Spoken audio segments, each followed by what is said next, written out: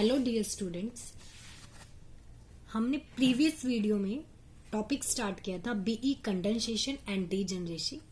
मैं उसी टॉपिक को कंटिन्यूस कर रही हूँ यहाँ पे। डियर स्टूडेंट्स, हम लास्ट लेक्चर में डीजनरेसी कंसेप्ट को डिस्कस कर चुके थे कंप्लीट। उसके बाद हम कंडेंसेशन का बेस भी बना चुके थे। अगर मैं थोड़ा सा आपको रिव्यू दूं तो हम इन दोनों इक्वेशंस की बात कर रहे थे कि ये जो आपके पास इक्वेशन है ये आपको नंबर ऑफ मॉलिक्यूल्स के बारे में बता रही थी, बट हमने लास्ट टाइम पे ये कंक्लूजन निकाला था कि other than means u is equals to 0 होता है ग्राउंड स्टेट के लिए, और ग्राउंड स्टेट के लिए ये दोनों एक्सप्रेशन जो हैं ये हमें रिजल्ट्स नहीं दे रहे थे, ठीक है। But u not equals to 0 के लिए जितनी भी स्टेट्स होंगी उनके लिए हमारे पास इस इक्वेशन से रिजल्ट आ रहे थे।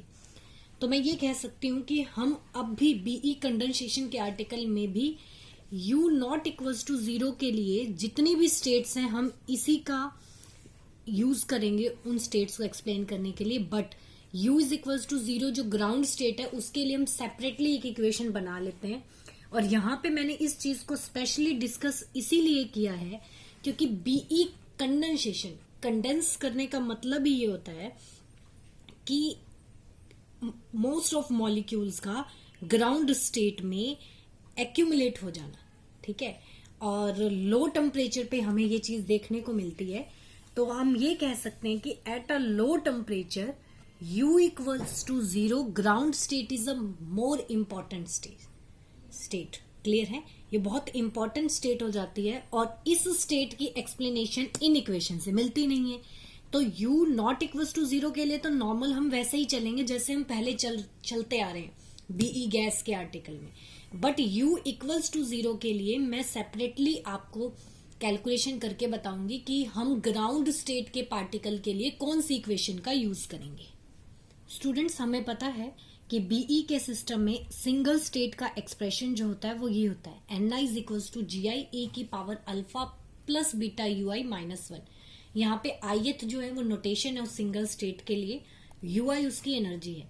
और अगर हम ग्राउंड स्टेट की बात कर रहे हैं तो ग्राउंड स्टेट में हमने अभी डिस्कस किया था कि एनर्जी 0 लेनी है हमें, ठीक है। तो हम ui की वैल्यू 0 पुट कर देंगे और ग्राउंड स्टेट जो होती है वो सिंगल स्टेट होती है, तो gi की वैल्यू यहाँ पे 1 हो जाएगी। अगर मैं ये चीज यहाँ पुट करती हूँ तो हमारे पास जो ग्राउंड स्टेट के मॉलिक्यूल है उनको मैं n नॉट से रिप्रेजेंट करूंगी।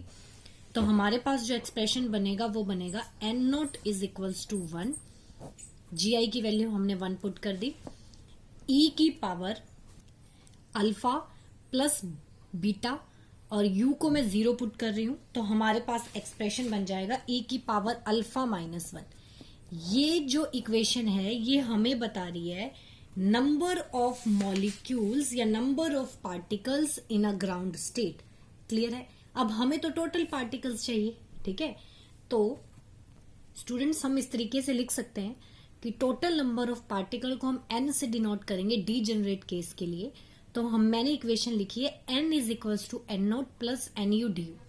मीन्स n जो है ये दो चीजों से मिलके बना हुआ है, एक ग्राउंड स्टेट मॉलिक्यूल्स, और ये इक्वेशन सेम वही है जो हम पहले डिस्कस कर रहे थे, बट इसमें सिर्फ ग्राउंड स्टेट पार्टिकल नहीं आएंगे और सभी मॉलिक्यूल्स या पार्टिकल जिनकी आप बात कर रहे हो बोसॉन्स, वो सब इसमें कंसिडर होंगे। तो ग्राउंड स्टेट के जस्ट मैंने इसके साथ ऐड कर दिए, तो इसको हम n डैश से रिप्रेजेंट कर रहे हैं। नोटेशंस का ध्यान रखना, n total number of particle है, n नोट ग्राउंड स्टेट में जो पार्टिकल है, n डैश वो पार्टिकल जो अदर देन ग्राउंड स्टेट में लाई करते हैं। क्लियर है, अब हमें पता है स्टूडेंट्स, अब ये तो आपको पता ही है कि n डैश का एक्सप्रेशन तो हम पहले भी डिस्कस कर चुके हैं। इस चीज को आप f1 अल्फा लिख दोगे, f1 अल्फा की वैल्यू सेम वैसे ही फाइंड आउट करेंगे। और f1 अल्फा की वैल्यू मैक्सिमम कब होती है, जब अल्फा 0 होगा और d की वैल्यू 1 होगी। तो आप f1 अल्फा की मैक्सिमम वैल्यू भी निकाल सकते हो 2.612। स्टूडेंट्स, अब मेरा यहाँ पे मेन पर्पस है n नोट की वैल्यू को फाइंड आउट करना, ठीक है। मीन्स मैं यहाँ पे n नोट की वैल्यू फाइंड आउट करना चाहती हूँ। तो डियर स्टूडेंट, मैं यहाँ पे वही मैक्सिमम और मिनिमम वाले एक्सप्रेशन का यूज करूंगी। अब आपने लिखी थी एन डैश की वैल्यू ये, ठीक है। अगर मैं यहाँ पे F1 0 लिख देती हूँ, मीन्स यहाँ पे मैक्सिमम वैल्यू लिख दी, तो T जो होगा वो TC हो जाएगा, क्रिटिकल टेम्परेचर, हमने प्रीवियस लेक्चर में डिस्कस किया है। और उस टाइम पे आपके पास N नॉट 0 हो जाएंगे, ऑलमोस्ट टेंड्स टू 0। तो हम ये कह सकते हैं कि N डैश के प्लेस पे मैं क्या लिख सकती हूँ, N।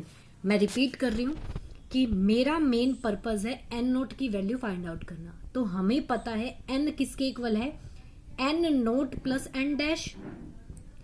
अगर मैं इस इक्वेशन में F1 अल्फा को F1 0 पुट करूंगी तो उस टाइम पे T जो होगा वो TC हो जाएगा और number of molecule in a ground state tends to 0 होगा। तो हम ये कह सकते हैं कि उस टाइम पे N जो होगा वो अप्रोक्सीमेटली N डैश के इक्वल होगा। तो यहाँ पे N डैश के प्लेस पे क्या आ जाएगा, N। तो 3 चीजें बताई मैंने, F1 अल्फा के प्लेस पे F1 0, T के प्लेस पे TC और N डैश के प्लेस पे N। तो हमारी इक्वेशन बन जाएगी। तो डियर स्टूडेंट्स, हमारे पास ये एक्सप्रेशन बन जाएगा। और ये जो चीज है ये F1 0 है, तो आप इसको सीरीज में ना लिख के कॉम्पैक्ट फॉर्म में भी लिख सकते हो। तो हमारे पास T को मैंने TC लिख दिया, तो एक इक्वेशन बन गई ये। क्लियर है। अब जो इक्वेशन मैंने प्रीवियस आप जस्ट इससे पहले जो लिखी हुई थी वो आपके पास इक्वेशन थी N dash is equals to VH³ 2 pi MKT की पावर 3/2 F1 अल्फा। अब डियर स्टूडेंट, मैंने इसी में किया ना, F1 अल्फा को F नॉट 0 लिखा, T को TC लिखा, तो N जो है, N डैश जो है वो N के इक्वल हो गया, ठीक है। क्योंकि क्रिटिकल टेम्परेचर पर ये चीज जो होगी ये टेंड्स टू 0 होगी। अब मैं बात करती हूँ अदर देन क्रिटिकल टेम्परेचर की, मीन्स अब आप जो ले रहे हो वो F1 अल्फा जो है उसकी मैक्सिमम वैल्यू नहीं ले रहे, हम नॉर्मल वैल्यू ले रहे हैं। तो उस टाइम पे हमारे पास इक्वेशन यही रहेगी। अब इस इक्वेशन को और इस इक्वेशन को मैं डिवाइड कर रही हूं, ठीक है। आप पहले इस F1 अल्फा को इधर ले आओ, ठीक है। तो यहां से ये चीज हट जाएगी। अब मैं इन दोनों इक्वेशंस को डिवाइड कर रही हूं, तो हमारा एक्सप्रेशन बनेगा N dash by N, means मैंने न्यूमरेटर में ये वाली टर्म रखी है, डिनोमिनेटर में ये लिखी है। तो ये सारी टर्म्स एक दूसरे से कैंसिल हो जाएंगी, सिर्फ TC रह जाएगा, एक में T रहेगा और एक में TC। तो आपके पास क्या बनेगा dear students, N dash by N it is equals to T by TC की power 3/2 F1 alpha divide by F1 not. ये आपके पास इक्वेशन बन गई। क्लियर है। अब स्टूडेंट्स, मैं इस इक्वेशन में थोड़ा सा मैथमेटिकल लॉजिक लगा रही हूं, वो आप देखो। F1 0 जो है वो मैक्सिमम वैल्यू है F1 अल्फा की। क्लियर है।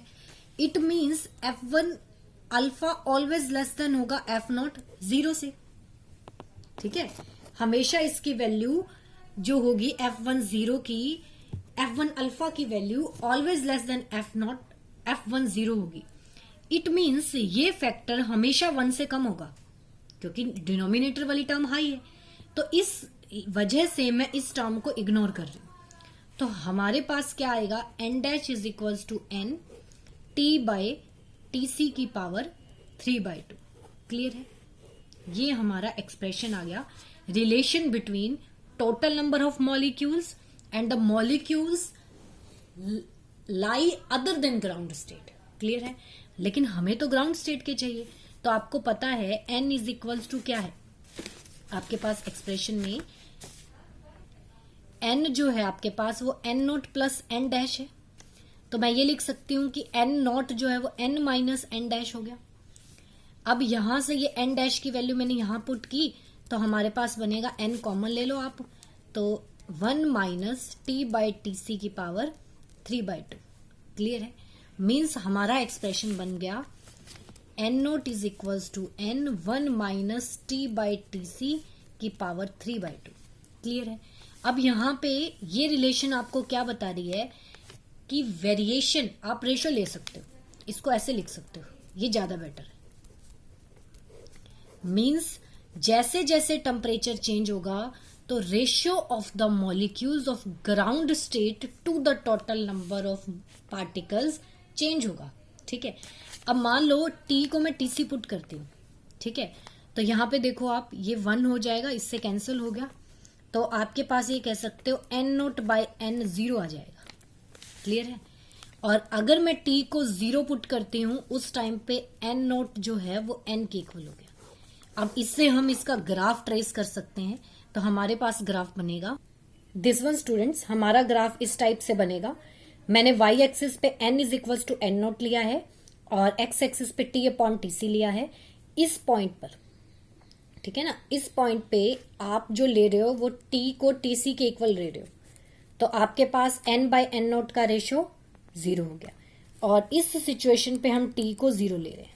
ठीक है, तो इस इक्वेशन से आपको साफ पता लग रहा है कि जैसे ही आप बिलो क्रिटिकल टेम्परेचर जा रहे हो तो most of the molecule rapidly क्या करेंगे, ग्राउंड स्टेट में फॉल हो जाएंगे और इसी चीज को बोला जाता है बीई कंडेंसेशन। मींस स्टूडेंट, ये रिलेशन हमें क्या चीज बता रही है कि जब आपका टेम्परेचर क्रिटिकल टेम्परेचर से बिलो होगा तो हमारी जो बीई गैस है वो ग्राउंड स्टेट में कंडेंस करेगी ही करेगी। क्लियर है?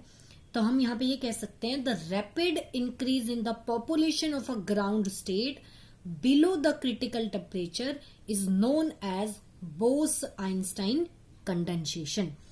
क्लियर है?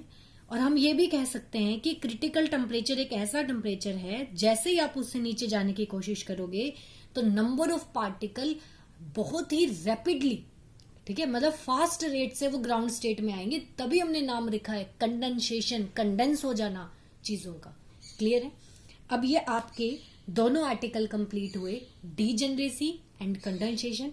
डियर स्टूडेंट, ये आर्टिकल इंपॉर्टेंट होने के साथ साथ इंटरेस्टिंग भी है क्योंकि इसके अंदर हम हायर स्टेट के साथ साथ ग्राउंड स्टेट को भी विद लॉजिक एक्सप्लेन कर रहे हैं। ठीक है, फिर भी अगर आपको कोई डाउट हो तो आप मुझसे पूछ लेना। यहां तक आपका बीई स्टैटिक्स कंप्लीट हो गया। ठीक है, अब हम नेक्स्ट लेक्चर में एफडी स्टैटिक्स स्टार्ट करेंगे। बीई स्टैटिक्स में हमने क्या क्या चीजें की, बीई डिस्ट्रीब्यूशन किया, उसकी एप्लीकेशन की, प्लैंक्स रेडिएशन लॉ को ड्राइव किया, बीई गैस का आर्टिकल किया और ये लास्ट आर्टिकल मैंने किया डीजेनरेसी एंड बीई कंडेंसेशन। तो यहां तक आपका बीई के जो मेन आर्टिकल्स थे वो सब कंप्लीट हो गए हैं। अब नेक्स्ट लेक्चर में हम एफडी स्टैटिक्स स्टार्ट करेंगे।